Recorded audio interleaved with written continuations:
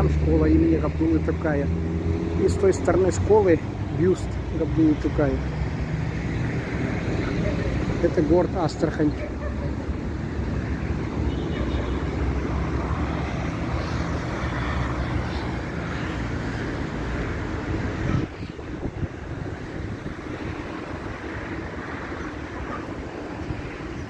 Тукай сюда приезжал, кажется, в 1913 году. Ой, нет, в 10-м, наверное, году.